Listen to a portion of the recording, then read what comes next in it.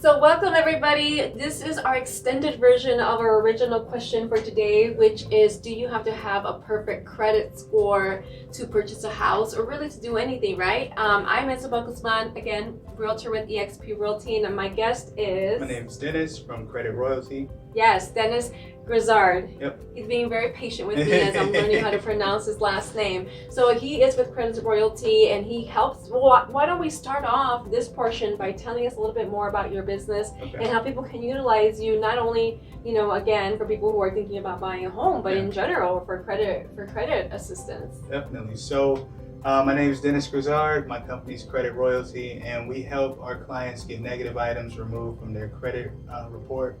We help them to rebuild their overall credit profile and make them look more attractive to lenders.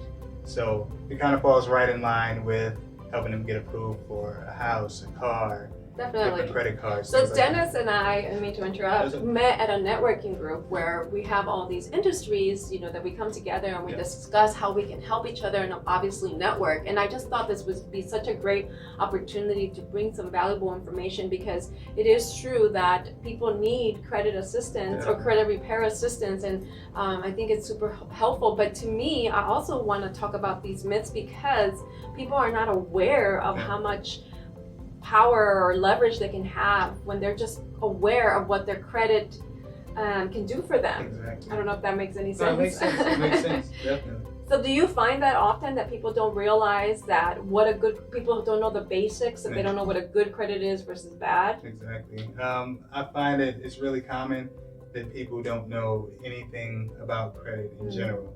A lot of information that people get is get a credit card, buy gas, pay it off at the end of the month, and that's it. That's all they know about credit. Right. So just teaching people how to leverage credit, teaching people how to improve their credit profile, teaching people the difference between Vantage scores, FICO scores, things like that. So just so they're aware. I love that. I love it. I absolutely love it. I think that should be a class that kids should have out of high school or in college, right?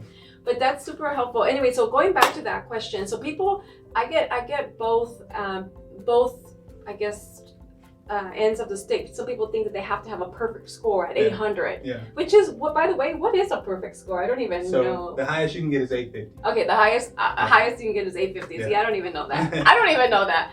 I know that 800 is really good. I didn't realize that there's, I guess, a perfect. Okay, so the highest you can get is 850. However, as long as you get past 780, is probably, we'll agree, is where you'll get the best interest rate possibly. However, you still can get a house at, some lenders say 580, but then you probably won't have the best interest rate. And you say you've heard 620, 650 is a good range. Yes. Depending on what your credit profile looks like. Okay, so that matters? Yeah. How so? You want to make sure that your credit profile is as flawless as it can be. Okay. So you don't want a bunch of collections. You don't want a bunch of hard inquiries.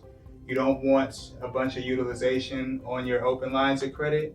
You don't want any late payments. Okay. So if you can control what you can control, then the credit score is kind of in addition to what the credit profile says about you. Okay, so it matters. Yeah, so underwriter will look at everything. All right. We just see the score. All right, so the lesson is, yes, you can get anything over 580, but talk to Dennis because Dennis is going to help you create a great profile in the soonest amount of time and to get you the best interest rate that can better work for you, because there's a lot of components to purchasing a home when it comes to your loan, but a big part of it is your credit because that's going to indicate what your interest rate is going to be.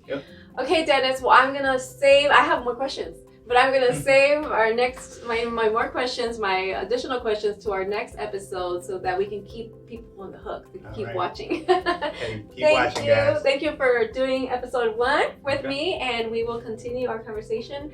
Everybody, I'm Isabel. See you next time. Alrighty.